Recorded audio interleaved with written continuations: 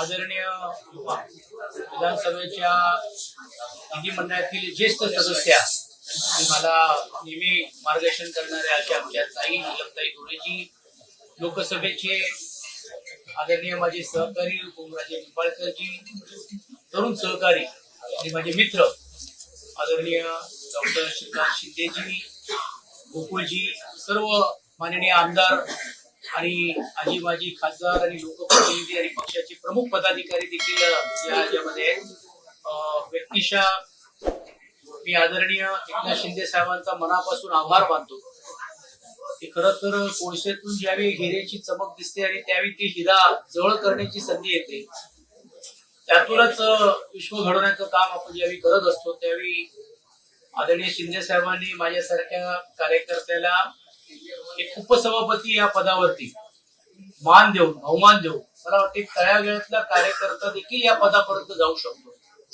हे दाखवून देण्याचं काम त्यांनी केलं.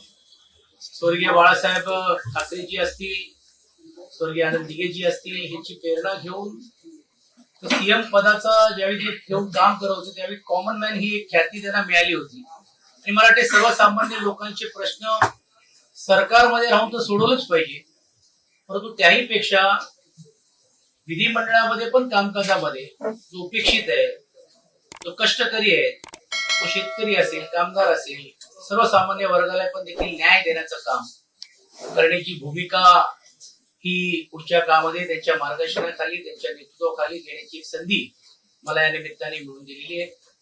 अर्थात उपसभापती पदामध्ये अनेक लोकांची नावं घेण्यासारखी आहेत. ते गवई साहेबांपासून असतील, माणिकराव ठाकरे साहेबांपासून असेल, वसंत डावकर आहेत आणि आता नीलमताई पासून त्याची गरिमा ही वाढवण्याचं काम हे सातत्याने केलेलं नाही. तेच प्रयत्न या पुढच्या काळामध्ये माझ्यासारख्या कार्यकर्त्यांचा पण राहणार आहे. हे करत असताना पण देखील पक्ष संघटना अजून कशी वाढेल, विशेषतः ग्रामीण भागामध्ये पण देखील आज पक्ष संघटना वाढलेलीच आहे, परंतु ज्या भागामध्ये लोकप्रतिनिधी नाही त्या भागामध्ये अजून ताकद कशी या शहरामध्ये आणि विशेषतः भागामध्ये आपल्याला निर्माण करता येईल हा बघण्याचा मानस घेऊन मी आदरणीय शिंदे साहेब सोबत साहेबांबरोबर जिद्दीने आणि जोमाने काम करण्याचा निर्णय घेतलेला आहे. त्यांनी मला हे बहुमान दिल्याबद्दल मी त्यांचे आभार मानतो. मला या गोष्टीची जाणीव आहे की अनेक राजकीय प्रश्न आपल्या मनामध्ये पण आहे, पण तो वेळेवरती कशा पद्धतीने उत्तर द्यायचं, कशा पद्धतीने त्याच्याबद्दल बोलायचे एक वेगळ्या व्यासपीठावरती आपल्याला सर्वांना बोलता येईल. ठीक आहे, आता काही टीका करतील, आरोप करतील, परंतु जोपर्यंत जसं शिंदे साहेबांनी सांगितलं की जोपर्यंत आम्ही बरोबर आहोत तोपर्यंत चांगले आहोत, आम्ही नाही आहोत तर मग ते कसे नालायक आहेत असा जो प्रयत्न काही लोकांच्या बद्दल होतो हे दुर्दैवी आहे. म्हणूनच मला असं वाटतं की ते एका वेगळ्या व्यासपीठावरती ती भूमिका निश्चितपणे मी मांडीन. परत एकदा आपल्या सर्वांचं स्वागत, आभार आणि विशेषतः आदरणीय शिंदे साहेबांनी जी जबाबदारी दिलेली आहे पूर्ण ताकदीने ती मी निभवल्याशिवाय राहणार नाही हा आत्मविश्वास.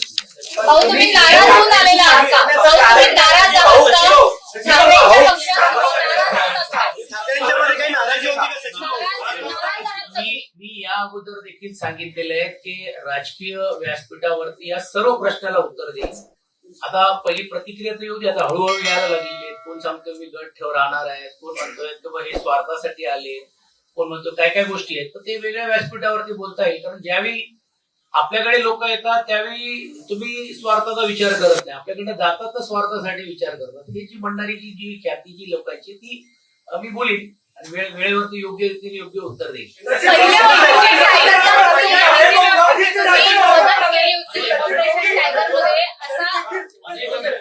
एक लक्षात ठेवलं पाहिजे की आदित्यजी असतील, उद्धवजी असतील, यांनी जी जबाबदारी दिली शेवटपर्यंत ती जबाबदारी मी पार पाडण्याचं काम विधिमंडळामध्ये केलेलं आहे. आदरणीय शिंदे साहेब पण त्या गोष्टीला साक्षी लावतो.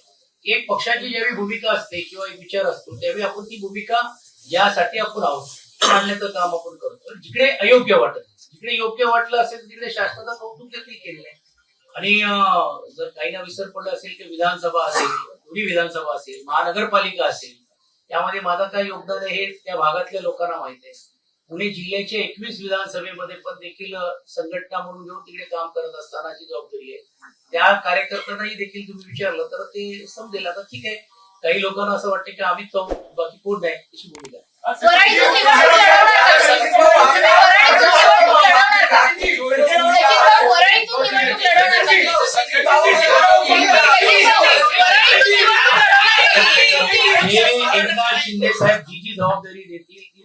पूर्ण ताकदीने मी पार पडणार.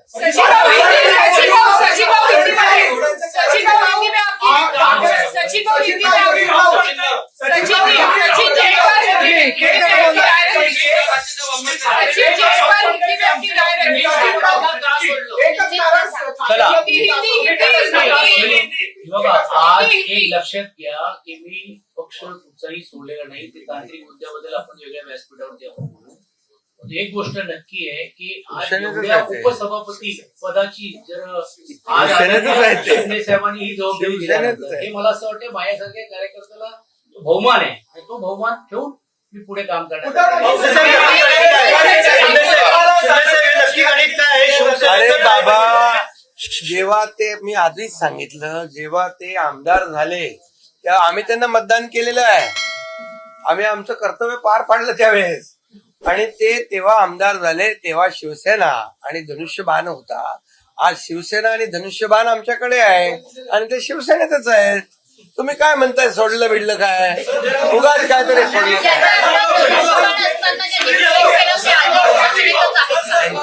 शिवसेनाच होती. धन्यवाद.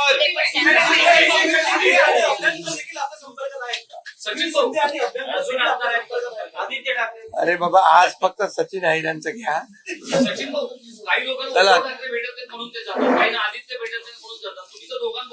नाही, माझा असा काही अनुभव नाहीये. एक गोष्ट स्पष्ट मी सांगतोय. पण मी जसं सांगितल्याप्रमाणे स्वर्गीय बाळासाहेब ठाकरे यांचा विचार घेऊन ज्या पद्धतीने शिंदे साहेब काम करतात तो आकर्षण आहेतच ना, कोणीच न करतात. आणि ही माझ्या पुरतं नाहीये. खाजगी जर तुम्ही अनेक लोकप्रतिनिधीला विचारलं तर ते तुमच्या सर्वांच्या लक्षात येईल. आणि मग असा नेता ज्यावेळी पुढाकार घेऊन एक जबाबदारी माझ्यासारख्या कार्यकर्त्याला देतो त्यावेळी तो विचार पुढे घेऊन जाण्याची जिद्द आणि धमक ही आमच्यामध्ये आणि आम्ही कामाने दाखवून दिलेलं. आणि तुम्ही मग काय होतो आता तुम्हाला राजकीय आज थोडा जरा संयम ठेवायचा आहे. काही लोकांनी जे आयुष्यातले दगड उचललं नाही ते आता आम्हाला शिकवायला लागले तर कसं व्हायचं? अरे बाबा, त्यांनी काय आता आहे ना, ते कसे समोरून काय काय बोलतायत, काय काय त्याच्यावर उत्तर देतील ते.